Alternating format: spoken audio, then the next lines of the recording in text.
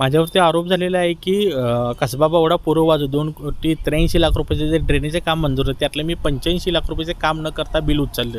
तुम्ही सध्या परिस्थितीला बघू शकता की हे माझ्या त्या कामासाठी करता आणलेला आहे. मी हा पाईपांचा स्टॉक आहे इथं जागेवरती आता 1,80,00,000 रुपयाच्या आसपासचं माझं बिल मंजूर झालेलं आहे. जागेवरती आता जे 5वं बिलातलं माझ्यावरती आरोप झालेला आहे तो 85,00,000 रुपये झालेला आहे, पण ते ॲक्च्युअली बिल मला 67,00,000 रुपये मिळालेले.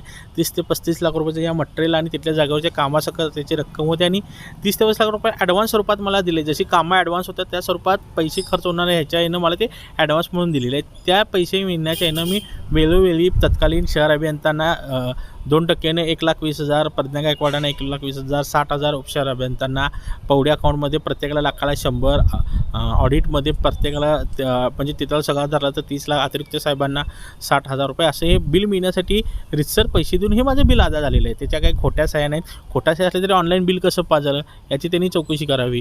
माझ्या कामाची चौकशी करा, माझी चौकशी करा, सोबत त्या अधिकाऱ्यांचीही चौकशी करा. कोणी भ्रष्ट केली ज्यांची ॲडव्हान्स कामं चालू आहेत, नाही चालू आहेत, त्यांचीही चौकशी करा सगळ्यांची.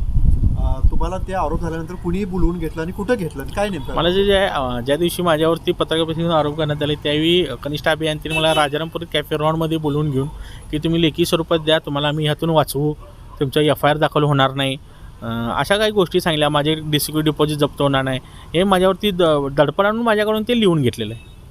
वर्षभरामध्ये असे किती काम आहेत किंवा आजूबाजू तुम्ही किती काम केलं त्यामध्ये किती रक्कम अदा केली, किती रक्कम तुम्ही अधिकाऱ्यांना दिली? आता हे टोटल साहेब आता म्हटलं असं तर हे 2,83,00,000 रुपयाचे काम आहे. त्यातलं साधारण आता 1,80,00,000 रुपयाच्या आसपास बिल मला अदा झालेलं आहे. आता ह्या नाही म्हटलं असं तर 8 ते 9 लाख रुपये ऐकला का आजपर्यंत 2022 पर्यंत आतापर्यंत मी टक्केवारी स्वरूपात वाटलेले आहेत. वरून काय आता तुमचा दबाव आहे किंवा कॉल करून किंवा काय असं दबाव तुम्ही टाकण्यात येतोय का? माझ्या सध्या मी आहे या परिस्थितीला समोरून सगळं सत्य समोर आणण्याचं मी ठाणलेलं आहे. माझ्यासोबत सगळ्यांची चौकशी व्हावी ही मी तुमच्याकडे विनंती करत आहे.